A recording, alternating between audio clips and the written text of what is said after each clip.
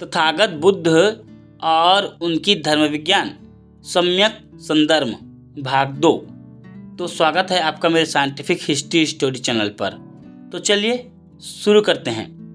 मनुष्य के संसारिक पथ का संचालन मनुष्य के चित्त अथवा मन के जागृत होने से होता है। चित्त द्वारा मनुष्य की आंतरिक एवं बाह्य दोनों गतिविधियों पर नियंत्रण किया जाता है, जिससे मनुष्य के जीवन में सुख एवं शांति निर्मित होती है। संसार का प्रत्येक मनुष्य एक शांतिपूर्वक व्यवस्था के अंदर रहता है और सुख एवं शांति से अपना जीवन यापन करता है। संसारिक पथ या मनुष्य जीवन पथ को सुचारू रूप से चलाने के लिए मनुष्य के चित्त में जो अच्छे विचार उत्पन्न होते हैं और उन अच्छे विचारों के अनुसार आचरण किया जाता है, जो सर्वजन सुखाय एवं सर्वजन हिताय होता है, वही मनुष्य का सम्यक संदर्भ होता है। जब मनुष्य शरीर की आंतरिक गतिविधियों को संचालित करने के लिए चित्त से अच्छे विचार उत्पन्न करता है और उन अच्छे विचारों का अनुसरण करता है, तो मनुष्य की आंतरिक गतिविधियां स्वस्थ रहती हैं। जब मनुष्य की शरीर की आंतरिक गतिविधियों के संचालन के लिए चित्त में बुरे विचार उत्पन्न करता है और उन बुरे विचारों का अनुसरण करता है, तो मनुष्य की आंतरिक गतिविधियां बीमार पड़ जाती हैं। जब मनुष्य शरीर की बाह्य गतिविधियों के संचालन के लिए चित्त से अच्छे विचार उत्पन्न करता है और उन अच्छे विचारों का अनुसरण करता है, तो मनुष्य बाहरी घटनाओं से स्वस्थ बना रहता है। जब मनुष्य के चित्त में बाह्य घटनाओं के संचालन के लिए चित्त में नकारात्मक विचार उत्पन्न होते हैं और उन नकारात्मक विचारों का अनुसरण किया जाता है, तो मनुष्य को बाह्य घटनाओं के संचालन में बाधा उत्पन्न होती है और यह दुखों से ग्रस्त हो जाता है। जब मनुष्य का चित्त जागृत होता है, तो वह 3 जीवन मार्गों की तरफ आकर्षित होता है। पहला, भोग विलास का मार्ग। इस मार्ग में मनुष्य संसारिक भोग विलासों में पूर्ण लिप्त हो जाता है, जिससे मनुष्य में तृषा और काम वासना उत्पन्न होती है। धन की वर्षा होने पर भी मनुष्य की तृष्णा और कामना की पूर्ति नहीं होती है। तृष्णा और काम वासना की पूर्ति नहीं होने पर मनुष्य में कष्ट एवं शोक उत्पन्न होता है, दुख एवं भय उत्पन्न होता है, जिससे मनुष्य में शीलता, करुणा, मैत्री, प्रज्ञा, न्यायप्रियता, सत्य नदिता और कर्तव्य परायणता खत्म हो जाती है, जिससे दुश्मनी एवं निर्दयता उत्पन्न होती है। दुश्मनी एवं निर्दयता से घर संसार में अशांति फैलती है, जिससे संसार में अधर्म की उत्पत्ति होती है। कौन मनुष्य है जो अपने जीवन को अशांतिपूर्वक व्यतीत करेगा? जो विद्वान एवं प्रज्ञावान होते हैं, वे मनुष्य इस अशांति के मार्ग को त्याग देते हैं। दूसरा, काम वासनाओं के त्याग का मार्ग। इस मार्ग को धारण करने वाले मनुष्यों की सोच थी कि जीवन दुखों से भरा है। यदि हम संसारिक भोग विलास एवं काम वासनाओं को अपनाएंगे तो हमारा पुनर्जन्म होगा और पुनर्जन्म से जीवन दुखमय बन जाएगा। इसीलिए सभी काम वासनाओं का पूरी तरह त्याग कर दो, जिससे पुनर्जन्म की जगह स्वर्ग की उत्पत्ति हो। स्वर्ग प्राप्ति के लिए कुछ लोग यह मार्ग अपनाते हैं। इस मार्ग को अपनाने वालों को सांसारिक जीवन से कोई सरोकार नहीं है, कोई मतलब नहीं है। जहाँ सांसारिक जीवन नहीं है, वहाँ धर्म अधर्म की आवश्यकता नहीं है। तीसरा, सम्यक संदर्भ मध्यम मार्ग।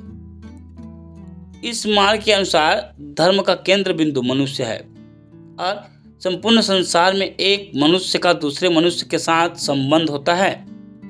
लेकिन सभी तरह के विषय भोगों की लिप्तता मनुष्य को कमजोर बना देती है। विषयों में लिप्त मनुष्य काम वासनाओं का गुलाम बन जाता है। सभी काम भोगों की इच्छा करने से दुख और दरिद्रता उत्पन्न होती है, लेकिन शरीर की स्वाभाविक आवश्यकताओं की पूर्ति करना बुराई नहीं है।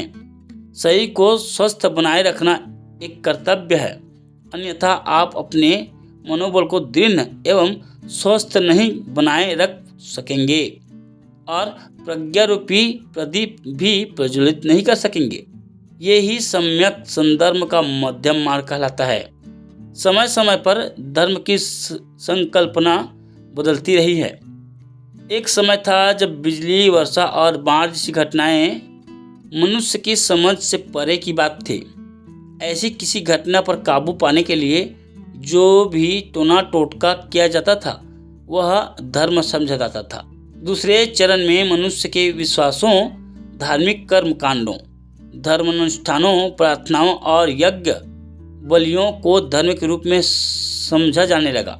तीसरे चरण में धर्म ईश्वर, परमात्मा या सृष्टा कहलाया, जिसके द्वारा इस संसार की और मनुष्य की भी उत्पत्ति की। चौथे चरण में धर्म का यह विश्वास पैदा हुआ कि हर मनुष्य ही देह में एक आत्मा है। वह आत्मा नित्य है, अजर है, अमर है और वहीं इस संसार में मनुष्य के कर्मों के लिए ईश्वर के प्रति उत्तरदायी है।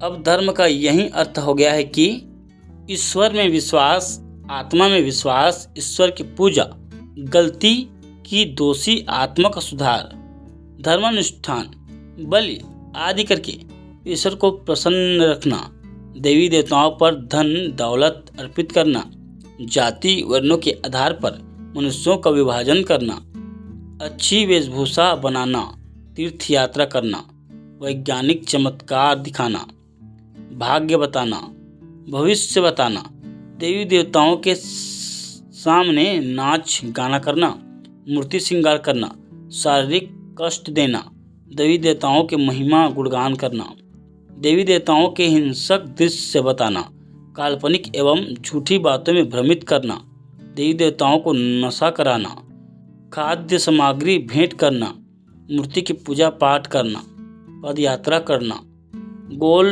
गोल घूमकर चारों दिशाओं की पूजा करना, उच्चनीय एवं छुआछूत फैलाना, हवन यज्ञ में खाद्य सामग्री जलाना, गाय की पूजा करना, धर्म यात्रा के बीच हथियारों का प्रदर्शन करना, देवी देवताओं के सोने जगने की कल्पना करना, तीज त्योहारों पर पाखंड रचना, स्वर्ण नरक की कल्पना में डूबे रहना, पाप होने पर नदियों में स्नान करना, नदी को धनराशि अर्पित करना, पेड़ पौधों की पूजा करना, खाद्य पदार्थों के दीपक जलाना। लेकिन सम्यक संधर्म का संबंध प्राकृतिक चमत्कार एवं मनुष्य के बीच नहीं है, वैज्ञानिक चमत्कार एवं मनुष्य के बीच नहीं है, ईश्वर और मनुष्य के बीच नहीं है, आत्मा परमात्मा और मनुष्य के बीच नहीं है, पशु बलि और मनुष्यों के बीच नहीं है, अंधविश्वास एवं मनुष्य के बीच नहीं है, धर्म ग्रंथों और मनुष्य के बीच नहीं है, देवी देवताओं पर धन दौलत अर्पित करने और मनुष्य के बीच नहीं है, जाति वर्ण एवं मनुष्य के बीच नहीं है, अच्छी वेशभूषा एवं मनुष्य के बीच नहीं है, तीर्थ यात्रा और मनुष्य के बीच नहीं है, भाग्य भविष्य एवं मनुष्य के बीच नहीं है, देवी देवताओं के सामने नाच गाना एवं मनुष्य के बीच नहीं है, मूर्ति श्रृंगार एवं मनुष्य के बीच नहीं है, शारीरिक कष्ट एवं मनुष्य के बीच नहीं है, देवी देवताओं के चरित्र गुणगान एवं मनुष्य के बीच नहीं है, देवी देवताओं के हिंसक दृश्यों एवं मनुष्य के बीच नहीं है, मूर्ति के सामने गिड़गिड़ाना और मनुष्य के बीच नहीं है, पद यात्रा और मनुष्य के बीच नहीं है, गोल गोल घूमकर दिशाओं की पूजा एवं मनुष्य के बीच नहीं है, तीज त्योहार एवं मनुष्य के बीच नहीं है, खाद्य पदार्थों के दीपक एवं मनुष्य के बीच नहीं है। सम्यक संधर्म का संबंध मनुष्य के बीच स्थित है। सम्यक संधर्म मनुष्यों के बीच एक सदाचरण है, जिसका अर्थ है जीवन में सभी क्षेत्रों में एक मनुष्य का दूसरे मनुष्य के साथ अच्छा संबंध। शब्द जब दो मनुष्य परस्पर संबंध बनाकर रहते हैं तो उन्हें अवश्य ही सम्यक संधर्म की आवश्यकता होती है। सम्यक संधर्म के बिना मनुष्य समाज का काम नहीं चल सकता। समाज में जब अराजकता और तानाशाही होती है तो मनुष्य स्वतंत्र नहीं होता। इसलिए मनुष्य के स्वतंत्र होने के लिए धर्म की आवश्यकता होती है। सम्यक संदर्भ प्रज्ञा और करुणा का एक अनूठा सम्मिश्रण है। प्रज्ञा का अर्थ है निर्मल बुद्धि जो अंधविश्वास को समूल नष्ट कर देती है, अर्थात मनुष्य को अंधी आस्थावादी न बनाकर सम्यक आस्थावादी बनाती है, जिससे मनुष्य आस्तिक से सम्यक आस्तिक बनता है। करुणा का अर्थ है दया, जिसके बिना समाज न तो जीवित रह सकता है और न ही उन्नति कर सकता है। इस प्रकार जीवन की पवित्रता बनाए रखना धर्म है, जीवन में पूर्णता प्राप्त करना धर्म है, निर्माण में रहना धर्म है, तृष्णा का त्याग करना धर्म है, सभी मिश्रित वस्तुओं को अनित्य मानना धर्म है, कर्म को नैतिक व्यवस्था का स्थान मानना धर्म है।